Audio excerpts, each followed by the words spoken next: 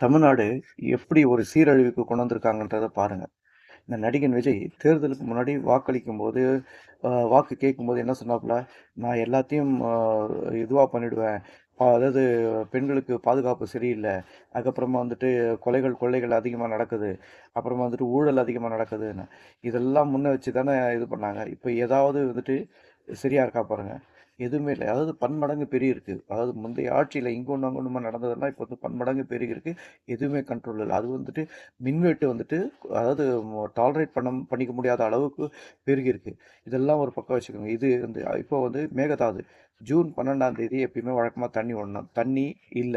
அப்ப என்ன பண்ணோம்? முன்னாடியே முன்னேற்பாடு அதாவது அ ஆட்சிக்கு வர்றதுக்கு முன்னாடி எதிர்க்கட்சிகள சகட்டு மேனிக்கு அதாவது பேசுற வாய் என்ன முன்னேற்பாடு இந்த ஜூன் 12க்கு பண்ணாங்க. ஜூன் 12க்கு முன்னாடி தண்ணிக்கு அப்ரோச் பண்ணாங்களா? பண்ணல. ஜூன் 12 முடிஞ்சு இன்னைக்கு என்ன ஜூலை ஆ, முடிஞ்சு ஆகஸ்ட் மாதம் வந்துருச்சு. இதுவரைக்கும் வந்துட்டு அதாவது எப்படின்னு கேட்டிங்கனாக்கா, அங்க அப்ரோச்சும் பண்ணல, ஆ, நீதிமன்றத்தையும் நாடல, எதையும் பண்ணல, எந்த ஒரு வேலையும் நடக்கல.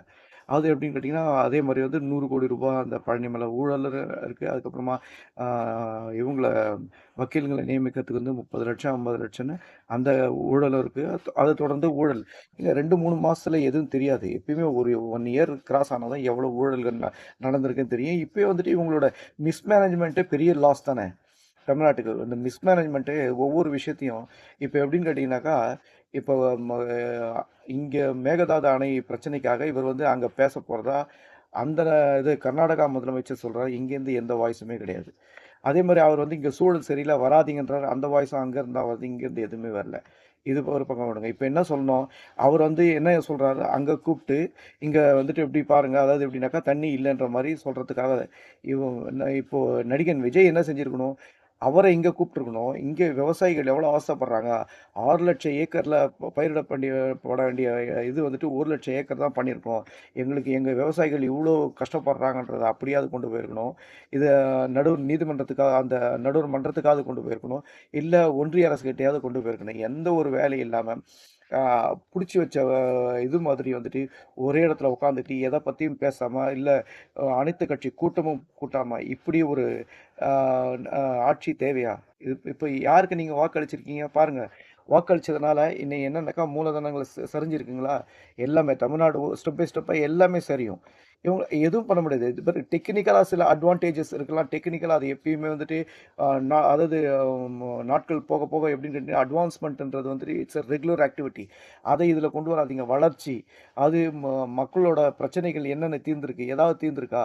இப்போ பாலியல் வன்கொடுமைகள் குறைஞ்சிருக்கா? இல்ல. எதுவுமே கிடையாது. மின்வெட்டு அவ்வளோ மோசமா இருக்கு. இத்தனைக்கும் 400 பேர எக்ஸ்ட்ரா பண்ணியிருக்காங்க.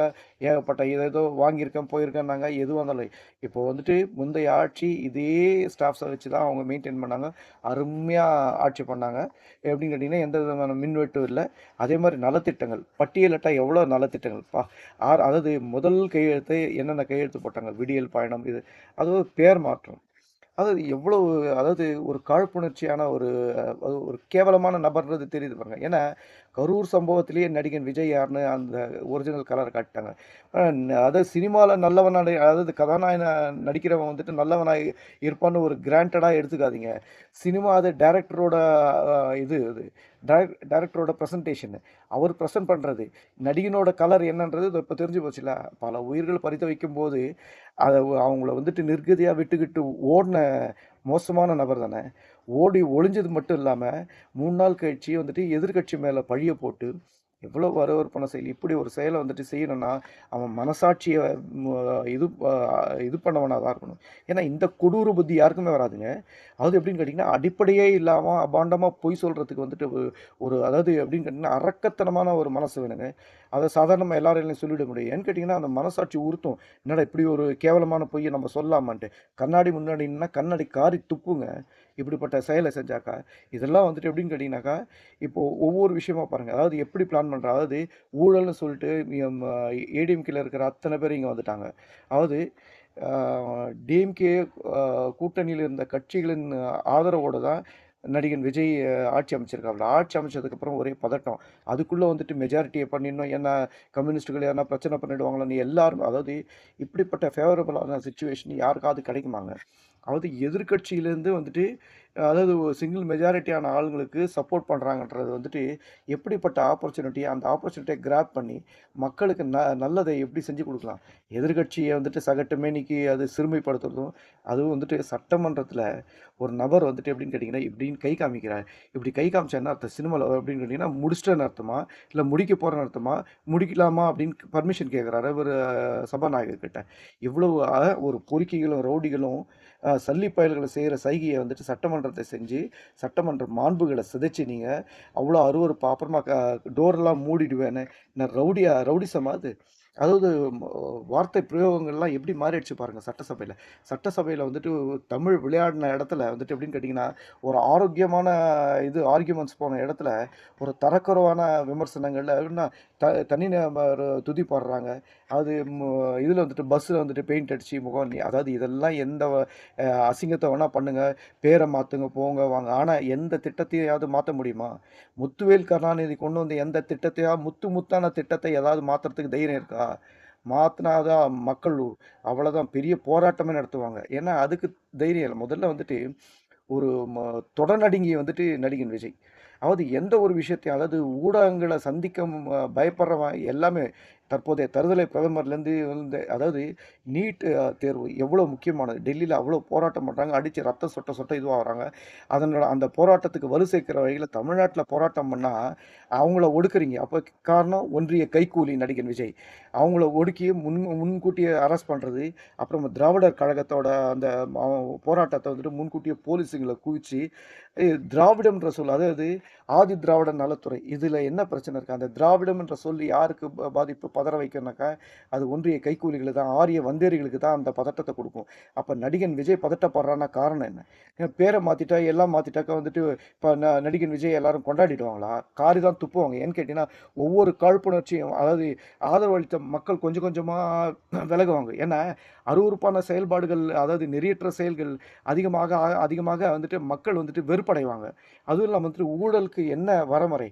வெறும் பணம் பரிமாற்றம் தானா? நீங்கள் செய்கிற அத்தனையுமே அயோக்கியத்தனம். குதிரை பேரம் பண்ணுறீங்க, அதுக்கப்புறமா வந்துட்டு இது சட்டசபையில் வந்துட்டு நெறியற்ற முறையில் பேசுகிறீங்க, மற்றவங்கள அது முன்னாள் முதலமைச்சர் சிறுமைப்படுத்துகிறீங்க, இதில் வந்துட்டு குட்கா புகழ் அது எப்படின்னாக்கா எல்லா அயோக்கியத்தனமும் பண்ண ஆளுங்களை வந்துட்டு ரிசைன் பண்ண வச்சு இப்போ ஒரு எம்எல்ஏ பதவியை ஒருத்தர் ரிசைன் பண்ணுறதுனாக்கா அந்த பெனிஃபிட் எல்லாமே ரிசைன் பண்ணுவாங்க. அவங்கள என்ன நீங்கள் சொல்லி இன்ஃப்ளூயன்ஸ் பண்ணியிருந்தாக்கா அவங்க ரிசைன் பண்ணிட்டு வருவாங்க. என்ன பிளான் பண்ணுறீங்க? அதாவது எப்படின்னாக்கா விஜயபாஸ்கர் வந்த உடனே இது செந்தில் பாலாஜி அரெஸ்ட் பண்ணுறதுக்கு ஒரு திட்டம் போடுறீங்க. செந்தில் பாலாஜியை தொடர்ந்து குறி வைக்கிறீங்க. அதுக்கப்புறம் வந்துட்டு அங்கே கரூர் போகிறீங்க. அங்கே வந்துட்டு போகிறதுக்கு அதுக்குள்ளே வந்துட்டு இடைத்தேர்தலுக்கு இது பண்ணிடுறாங்க, தடை கொடுத்துட்றாங்க. அதுதான் நடக்கும். அதே மாதிரி வேலை கொடுக்கறதுக்கு முன்னாடி ஒரு வழிகாட்டுதலை ரெடி பண்ணிவிட்டு அவங்களுக்கு கொடுக்கணுன்ற இந்த அறகுறையாக வந்துட்டு அறவேக்காடுத்தனமாக அடிப்படை அறிவில்லாத ஒரு அற்ப பதராக வந்துட்டு ஒரு ஒரு நடவடிக்கையும் செஞ்சுட்டு அதில் நீதிமன்றத்தில் குட்டு வாங்குறது, திரும்ப பெறுறது. முதல்ல ஒரு ஜோசியரை அப்பாயின்ட் பண்ணது, இன்னொரு ஆளை அப்பாயின்ட் பண்ணது யாருக்கும் தெரியவே தெரியாது ரகசியமாக. அவர் கேக்கு வெட்டும்போது தான் தெரியும் ஒரு அப்பாயின்ட் பண்ணியிருக்காங்கன்னு. டெல்லியில் ஒருத்தர் அப்பாயின்ட் பண்ணாங்க. அப்புறம் வந்து லாயலா மணியை அப்பாயின்ட் பண்ணாங்க. இதில் வந்துட்டு பல கேவலங்கள். அது அண்ணனை வீடு பூந்து அடிச்சவர் வந்துட்டு நிதித்துறையில் இருக்கார். இவர் எப்படின்னு கேட்டிங்கன்னா ஆடு திருடினவர் வந்து அரசு வக்கீல். அதாவது இந்த கேவலத்தெல்லாம் சொல்லவே முடியாது. அது இன்றைக்கி பூரா சொல்லிகிட்டே இருக்கலாம் இவங்க கேவலமான செயல்பாடுகள். அதாவது எப்படின்னு கேட்டிங்கன்னா எந்த விதத்துலேயும் வந்துட்டு ஒரு துணிவு இல்லாமல் இந்த பொறுப்புக்கு ஏன் வரணும்? பொறுப்புக்கு ஆசைப்பட்டால் மட்டும் போதாது, அந்த பொறுப்பை சரிவர அதாவது தெரியலன்னா கூட தெரிஞ்சுக்கலாம். ஆணவத்தில் ஆடினா அழிஞ்சு போயிடுவீங்க.